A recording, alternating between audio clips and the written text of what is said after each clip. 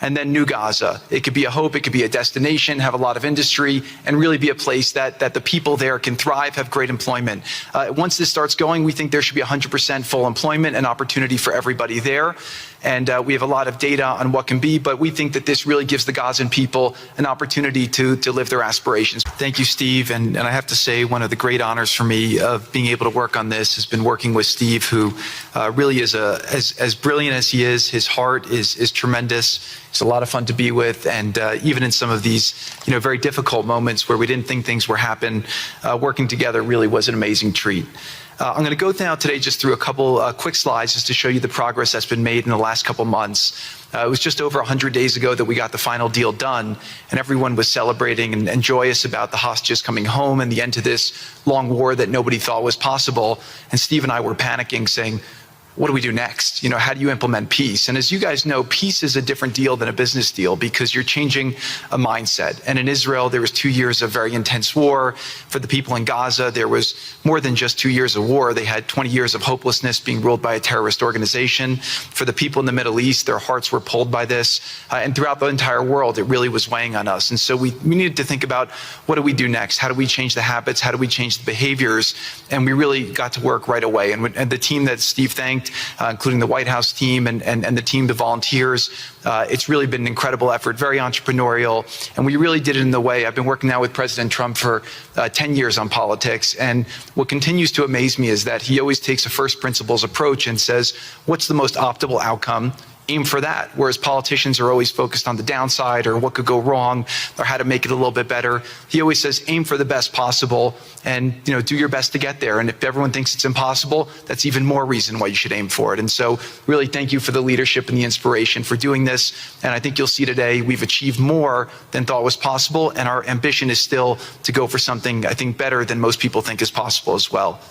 So let's see if these things work. They never usually work. Good. So quickly, I'll go through this 2-year war, 90,000 tons of munitions. There's over 60 million tons of rubble there and tens of thousands of fatalities. Through the ceasefire, we were able to get to through the 20-point plan, ceasefire, release of hostages. Getting the UN resolution passed was a huge, huge effort, really thanks to Mike Waltz and the whole team there. They did an incredible job. And we've then, with the help of the UN, we've worked very, very well with them. This is why you need a new organization like the Board of Peace to work with the UN. I want to thank Tom Fletcher, did an incredible job of really getting it going. We've done historic humanitarian aid. Going forward, number one thing is going to be security. Obviously, we've been working very closely with the Israelis to figure out a way through de-escalation. And the next phase is working with Hamas on demilitarization, which I'll talk about in a second. But without security, nobody's going to make investments. Nobody's going to come, build there. We need investments in order to start giving jobs. We want to take these people. 85% of the aid of Gaza, 85% of the GDP of Gaza has been aid for a long time. That's not sustainable. It doesn't give these people dignity. It doesn't give them hope. And so we want to use free market economy principles. A lot of what President Trump spoke about that he's doing in America, we want to bring the same mindset, the same approach to a place like Gaza to give these people the ability to thrive and have a good life. Let's see. So on the aid, I mentioned the UN. So now people are talking about famine. 100% of the food needs are met, and that's been overabundance. The cost of goods have gone down tremendously. Over 55,000 trucks have gone in, and over 1.4 million pallets. So it's been the largest humanitarian effort done into a war zone that anyone's been able to tell us about. This really has been a great joint effort that everyone's been able to do, and so it's a great thing. We all just heard from Ali. We have been so impressed. Steve and I were speaking to him and the entire committee.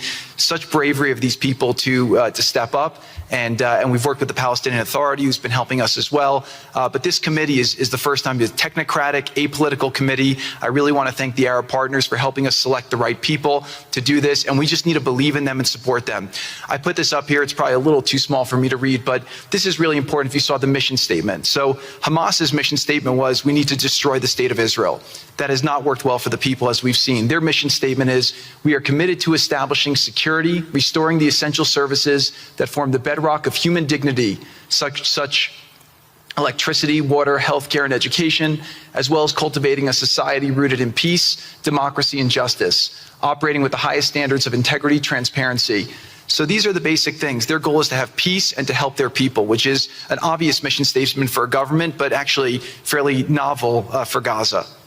So we did a master plan. We brought in, I thank you, Gaza Baru, who's one of the most successful real estate developers and brilliant people I know. He's volunteered to do this, not for profit, really because of his heart. He wants to do this. And we've developed ways to redevelop Gaza. Gaza, as President Trump's been saying, has amazing potential. And this is for the people of Gaza. We've developed it into zones. In the beginning, we were toying with the idea of saying, let's build a free zone, and then we have a Hamas zone. And then we said, you know what, let's just plan for catastrophic success. Hamas signed a deal to demilitarize. That is what we are going to enforce. People ask us what our plan B is. We do not have a plan B. We have a plan. We signed an agreement. We are all committed to making that agreement work. There's a master plan. We'll be doing it in phasing. In the Middle East, they build cities like this in 2-3 million people. They build this in 3 years. And so stuff like this is very doable if we make it happen.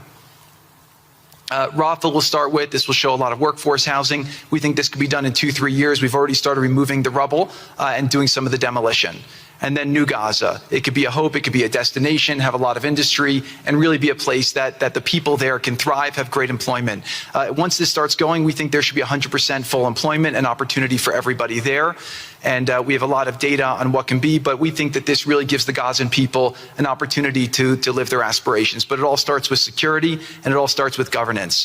Final note I'll just say on the Board of Peace, which is that all the lessons we're doing is we're basically studying the best practices from all over the world, and we're watching who does education the best, who does healthcare delivery the best. All of these things it's not secret IP. All this is IP that the Board of Peace is going to make public, and we want to encourage all the countries to be able to follow these best practices. A lot of the things that President Trump is doing in America, if they're working, we should all be copying them. If we find what's working in other countries, we should be copying them too. And so what the Board of Peace will have the ability to do if we're successful with Gaza is really show how do you do peace implementation, which is something that when we got this deal done, we didn't really find too much expertise or know-how on how to do it. So as we're creating this system, hopefully it's something that we can just document these learnings and make them available to all else who want to use them in the future. So demilitarization, this is something we're starting now that we have a new government in Gaza. This government will be working with Hamas on the demilitarization to really take the principles that were agreed to in the document to the next phase, and hopefully that will be successful. Without that, we can't rebuild. So if Hamas does not demilitarize, that will be what holds back Gaza and the people of Gaza from achieving their aspiration, and that's very important. So the next 100 days, we're going to continue to just be heads down and focused on making sure this is implemented. We continue to be focused on humanitarian aid, humanitarian shelter, but then creating the conditions to move forward. So thank you. Final point I'll just make is this is really only possible because of the work of so many people and President Trump's great leadership.